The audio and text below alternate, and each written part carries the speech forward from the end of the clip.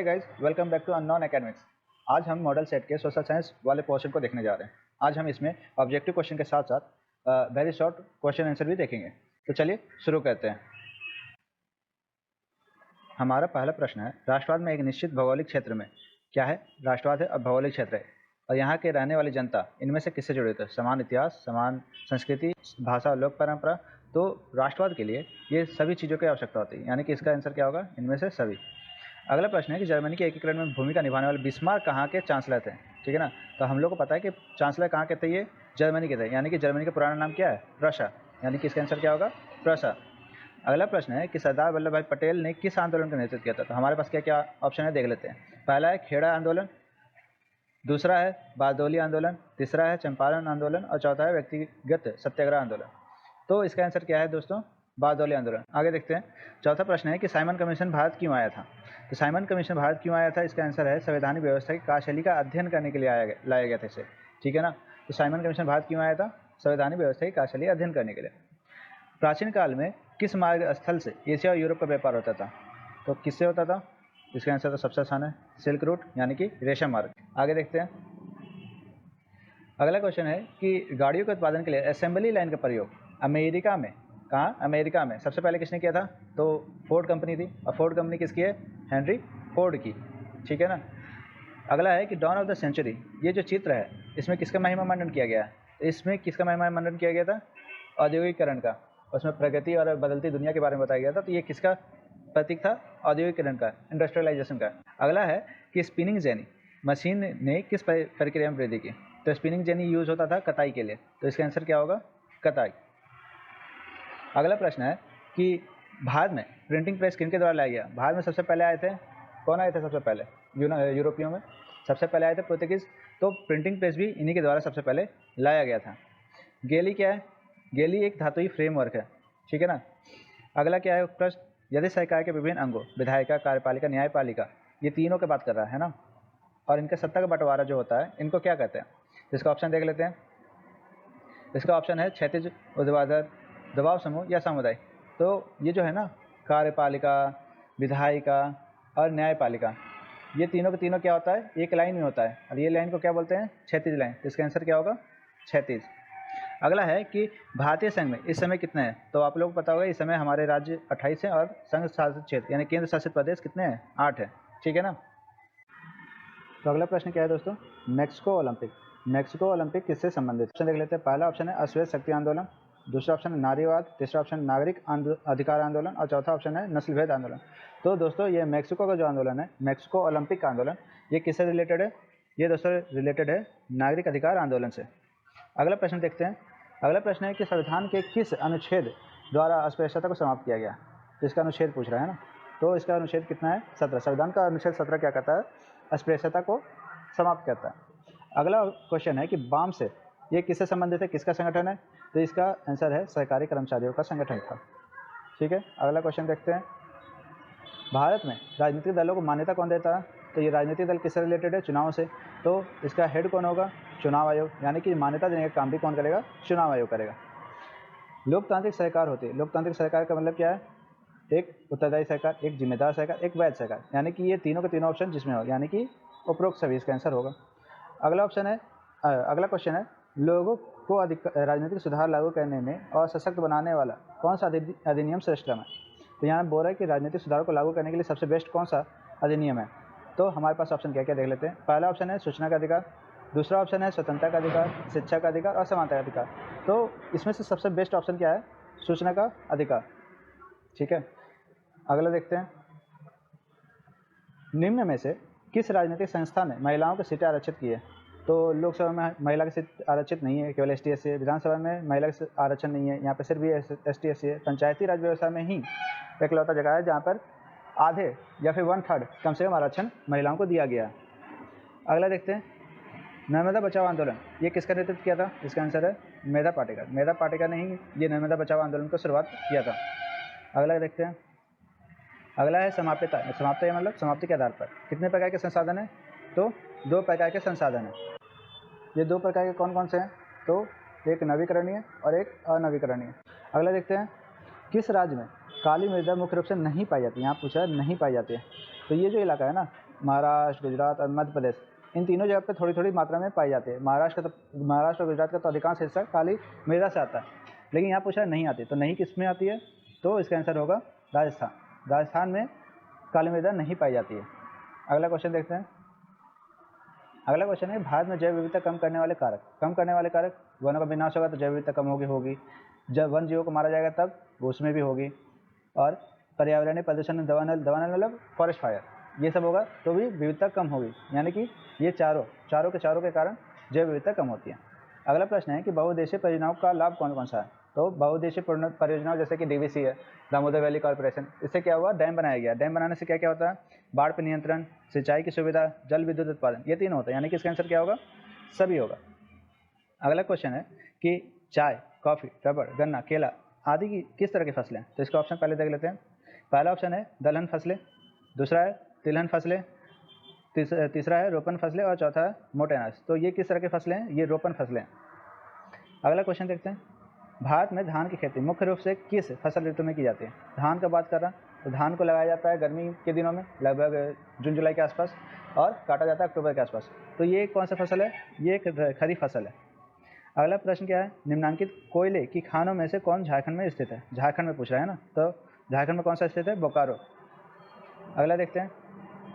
अगला है कि कौन सा आधारभूत उद्योग। आधारभूत उद्योग मतलब जो अन्य उद्योगों को मदद करता है, अन्य उद्योगों की सहायता करता है। तो ऐसा कौन सा है, ऐसा है लौह इस्पात उद्योग। लौह इस्पात उद्योग अन्य उद्योगों को मदद करता है ना।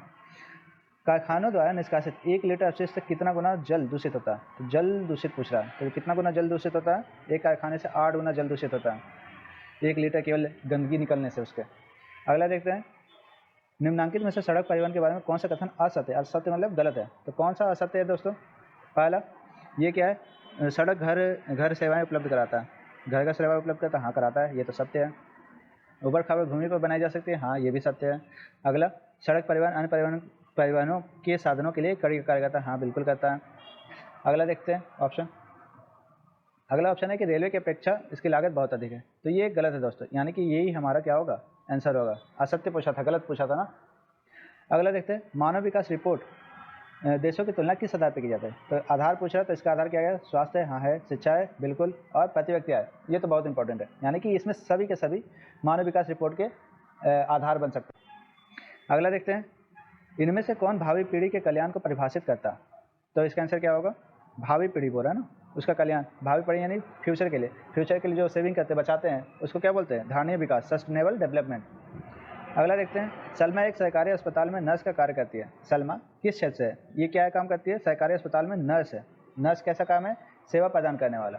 तो यानी कि ये किससे जुड़ा हुआ है, एक तो अच्छा यहाँ पे तृतीयक क्षेत्र दिया नहीं हुआ है, यानी कि ये किससे जुड़ा हुआ है, संगठित क्षेत्र से। संगठित क्षेत्र मतलब जहाँ पे ऑफिशियली आपका काम होता है, आप किसी ऑफिशियली रजिस्टर्ड फर्म या कंपनी या फिर किसी क्षेत्र में काम करते हो। सेवा क्षेत्र में किस तरह की गतिविधियाँ शामिल है। तो सेवा क्षेत्र में सेवा की गतिविधि शामिल है, जैसे कि परिवहन, संचार, बैंकिंग।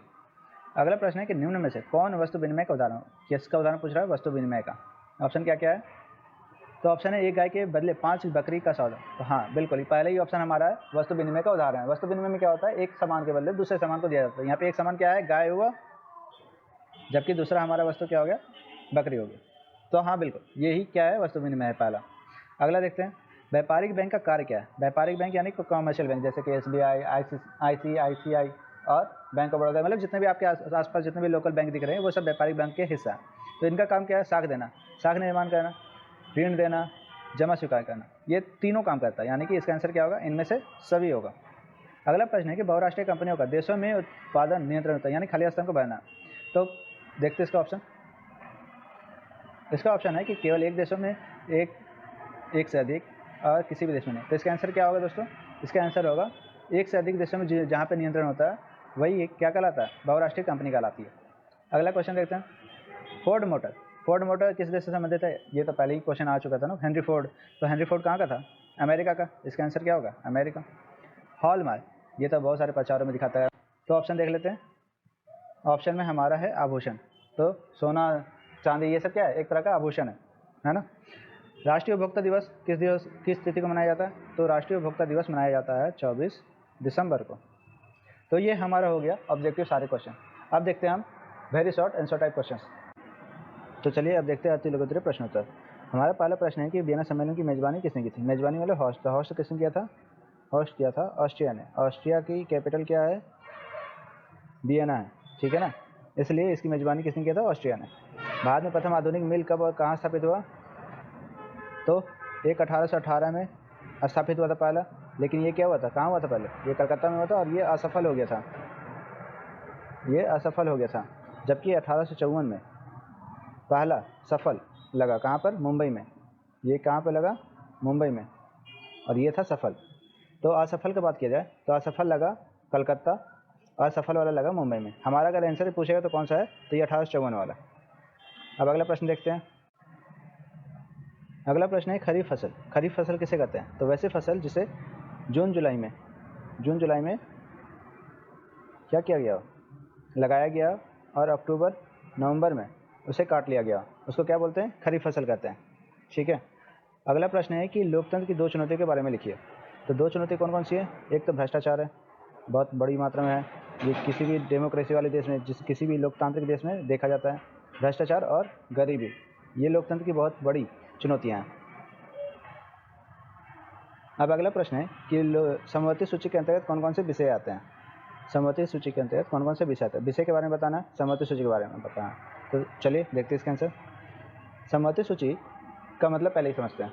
इसका मतलब हो गया कि ऐसा विषय है जिस पर केंद्र सरकार और राज्य सरकार दोनों मिलकर विषय बनाते हैं, ठीक है। इन दोनों मतलब समवर्ती सूची पे इन दोनों मिल करके क्या बनाएंगे? अपना कानून बनाएंगे। लेकिन अगर ऐसा केस हो जिसमें दोनों ने कानून बना दिया, केंद्र ने भी और राज्य ने भी, तो फिर किसका कानून मान्यता प्राप्त होगा? किसका पालन करेंगे लोग? तो केंद्र सरकार के जो कानून होगा उसका पालन करेंगे लोग, ठीक है। समवर्ती सूची में कितने विषय हैं टोटल? तो टोटल 52 विषय हैं। लेकिन हमारे काम का क्या है? कुछ ही विषय जानना है जो हमको एग्जाम में लिखने में काम आए। तो सबसे इंपॉर्टेंट विषय है शिक्षा। शिक्षा समवर्ती सूची में, यानी कि इस पर केंद्र सरकार और राज्य सरकार दोनों कानून बना सकती है। दूसरा वन और वन्य जीव संरक्षण, ये 3 प्रमुख विषय हैं जो जिस पर केंद्र सरकार राज्य सरकार दोनों बनाते हैं, यानी ये समवर्ती सूची का हिस्सा है, ठीक है। चलिए अब अगला प्रश्न देखते हैं। अगला प्रश्न है कि मुद्रा को विनिमय का माध्यम क्यों कहा जाता है। मुद्रा को विनिमय का माध्यम क्यों कहा जाता है? चलिए इसका आंसर देखते हैं।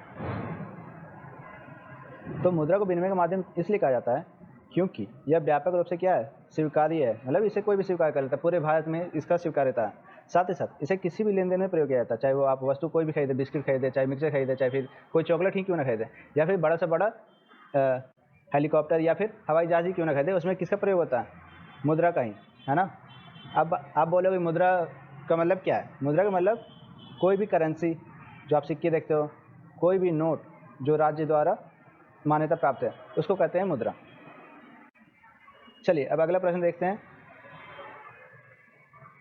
अगला प्रश्न है कि विदेशी निवेश से क्या तात्पर्य है। इसमें हमें क्या जानना है? इसमें हमें जानना है विदेशी निवेश। चलिए देखते हैं इसका आंसर। जैसा कि नाम से पता चला, विदेशी निवेश। विदेशी निवेश का मतलब क्या होता है?